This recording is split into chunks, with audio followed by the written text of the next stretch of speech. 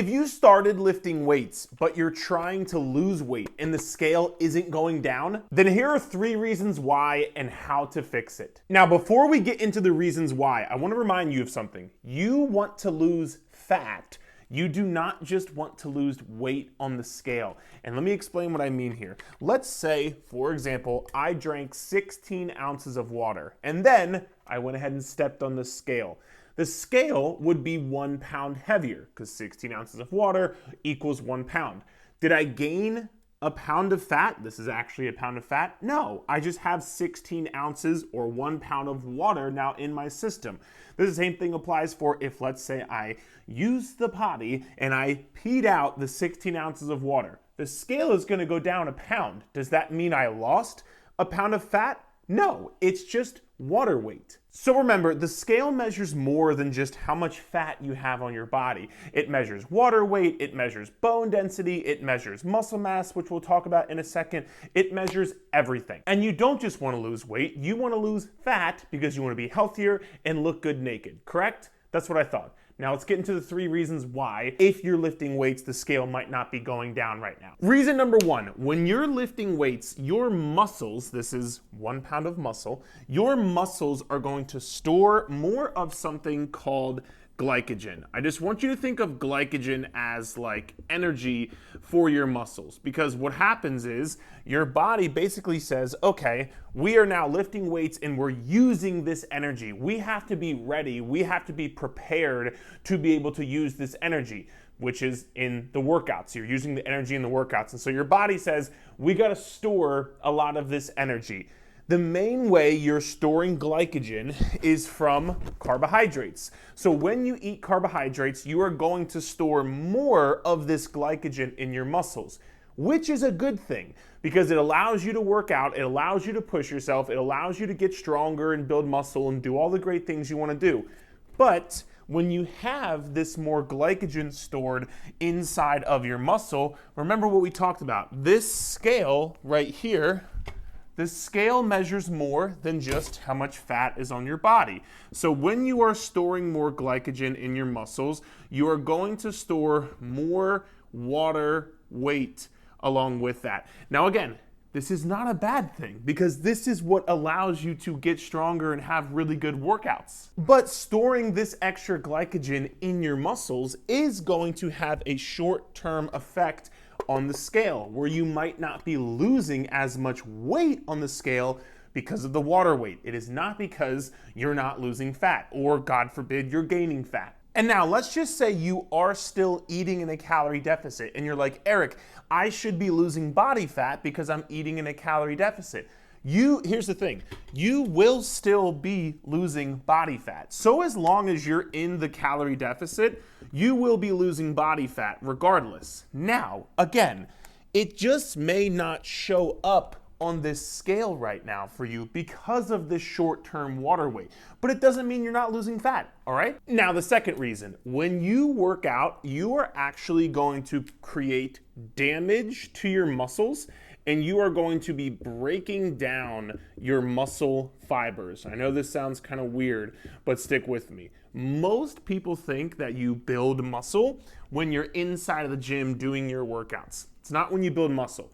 In the gym, you break down your muscles, and then after you break down your muscles, you recover from it, and then your body actually recovers and builds muscle outside of the gym, outside of your workouts. So that's what happens. But in the short term, if you are breaking down and damaging your muscles, what's going to happen is, you guessed it, you are going to be storing some short-term water weight due to the inflammation inside of your muscles. If you ever had like an injury, like let's say you had like an ankle, you rolled your ankle swells up, or when you have an injury, something swells up on your body. That is the inflammation inside of your body. Within that inflammation, there is a lot of nutrients and there is a lot of water that is being stored. So if you're breaking down your muscles working out 2, 3, 4, 5 days a week, there is going to be some short-term water weight that is being stored, and this is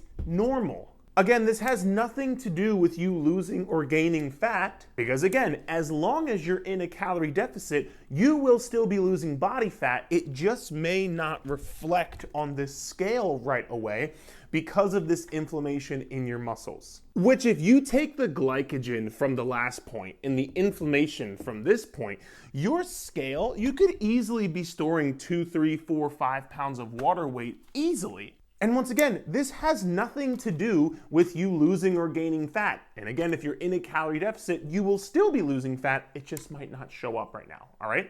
And reason number 3, you may have heard before, muscle weighs more than fat.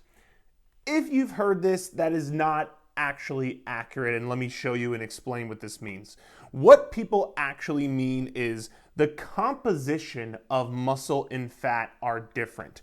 If, let's say, you had a pound of feathers and a pound of bricks, both of those things are going to weigh a pound on the scale. The composition is different. Let's look at 1 pound of muscle and you're looking at 1 pound of fat. Do you see how muscle is more dense than fat? Meaning it takes up less space on your body. Also, you can see the muscle is kind of like hard, whereas the fat is kind of like squishy. The composition of muscle and fat is different, but they both still weigh a pound on the scale. So if, let's say, you lose 1 pound of fat, but you gain 1 pound of muscle, the scale is not going to change on the number because you lost a pound and gained a pound, but you essentially, quote unquote, replaced a pound of fat with a pound of muscle when it comes to the scale. And this is why if you now combine the water weight from the glycogen and the inflammation, plus the fact that you easily could be gaining muscle, this number on the scale is not going to change that much. But this is why if your clothes are fitting differently, or maybe your progress pictures and your measurements are looking different, or if people are telling you that you look different, this is a better indicator of if you are making fat loss progress while also building muscle at the same time,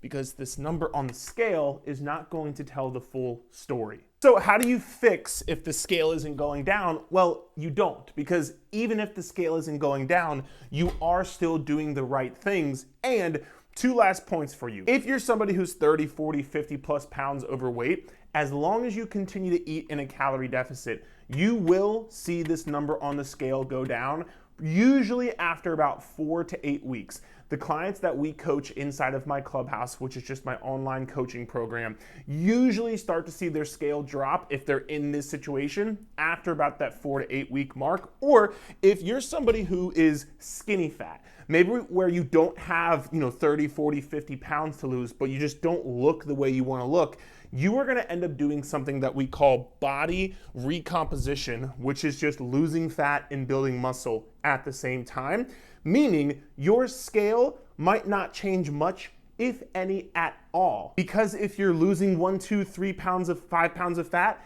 and you're gaining 1, 2, 3, 5 pounds of muscle, your scale's not going to change, but you will look different. And that's what you want. Remember, you don't want to just lose weight on the scale. You want to lose fat and you want to build muscle. You want to look good naked, have a great life, be healthy, do all the cool things. All right? So I want you to please stop freaking out. Please keep going. I know I mentioned a calorie deficit a few times. If you don't know what your calorie deficit number should be, there's going to be a free calorie calculator in the description of this video. Go down below, check it out, and I hope this helped.